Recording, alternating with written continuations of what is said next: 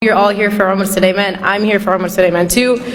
But 15 minutes inshallah and we'll be done together. That's by Abu Bakr radiallahu anhu. He used to receive praise and there was this beautiful dua that he used to say. And it goes, Allahumma ghfir li ma la ya'lamoon waj'alni khayran mimma yadhunnun. You thinking that you're something. You know, you're a youth director, you're a pharmacy student. I'm sure many of you are MSA members, you lead things in your masjid, you're in Islamic organizations, you just graduated from college and now you're a doctor, or you're an engineer, or you're a teacher. You just grew a beard and now people are calling you sheikh. You just wore the hijab and people are calling you sheikha. And you know, sometimes it's kind of hard to reconcile the fact that all of these people are looking at me thinking that I am something, attributing the status to me, you know, thinking in their mind that I am superhuman, or thinking in their mind that I'm angelic, or thinking that I'm better than them.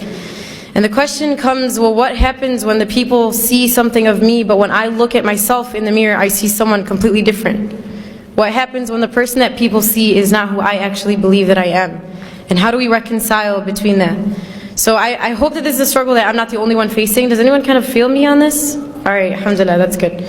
I actually have a story that kind of just goes along with this. One of my halqa students actually came up to me the other day, actually this was a couple months ago, and she was like, so Shireen, like when you go home, like do you just eat dates and drink Zamzam? And I was like, no, homegirl, I eat cereal in the morning, and I eat burgers for lunch, and I eat kushari for dinner, you know, I'm normal. You know, just because I'm at the masjid doesn't mean that I eat something different or I breathe a different type of oxygen than you do. And unfortunately, you know, when we work in these types of organizations or in our masjid, people start to look at you and think that you truly are not human, or that there's, you know, something superhuman about you. So that's kind of the thing that I want to address today is, what do we do when we feel like the person in the mirror is different than the person that everyone else sees?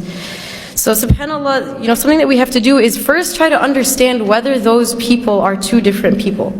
Whether the person that you see in the mirror is truly different than the person that your community sees. Or whether you're just being too harsh on yourself and you truly are amazing. Or whether you're thinking of yourself too highly and you really should start to reconsider some of the things you've done. And so I kind of came up with a litmus test as to what you can ask yourself to try to understand whether those two people are really two people or if they're one. And the first question that you can ask yourself is, and I want you guys to think about this, if I were to go up to someone in your community whom you work with, or if I were to go up to someone, you know, on your shura in the MSA, or someone in your masjid that you work with, or someone that you've mentored in a halaqah, or someone that you work with at work, you know, your co-resident, or whatever it may be, and I were to ask them, you know, tell me about Shireen. Like, what is Shireen like? What does Shireen, when you're with Shireen, how do you feel? When these people are with you, how do they feel when you're around them? And think of that answer. If I were to go up to someone at work or someone that you work with, what would they describe you as? Okay, think about that in your mind. Now if I were to go and ask your sibling at home, or ask your mother, or ask your father, or ask your brother, what is Shireen like to you? How do you feel when Shireen is around you? How does Shireen make you feel? Do you get a different answer? Is it that the people outside think something of you, and when you treat them a certain way, yet you go home and you treat the people at home differently? And if you find that those two answers are different, then know that there's a problem.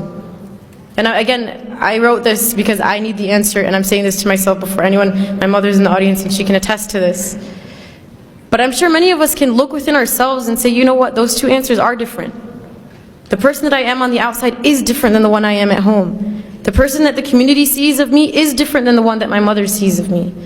You know, and the Prophet ﷺ told us, he said, خَيْرُكُمْ خَيْرُكُمْ لِأَهْلِهِ وَأَنَا خَيْرُكُمْ لِأَهْلِي. He said that the best among you are the best to your family, and I am the best to my family. Why does the hadith not say, خَيْرُكُمْ خَيْرُكُمْ, the best of you are the best to your communities? Or the best of you are the ones who give the best speeches? Or the best of you are the ones who give the best halaqas? Or the best of you are the best at work? Because it's really easy to be good outside. It's really easy to be nice to the people at work, because if you're not, they're going to subtweet you on Twitter. And if you're not, they're going to think you're terrible, and they're going to have this illusion of who you are, and they're going to talk bad about you. But if you do something bad to your mom, she's not going to disown you, I hope. You know, if you're disrespecting your sister, she's still going to be your sister.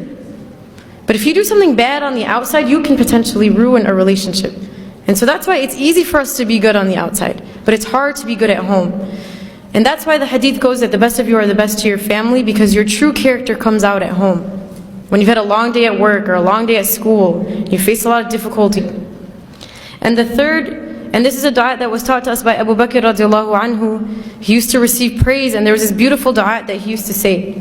And it goes, Allahumma ghfir li ma la ya'lamun waj'alni khayran mimma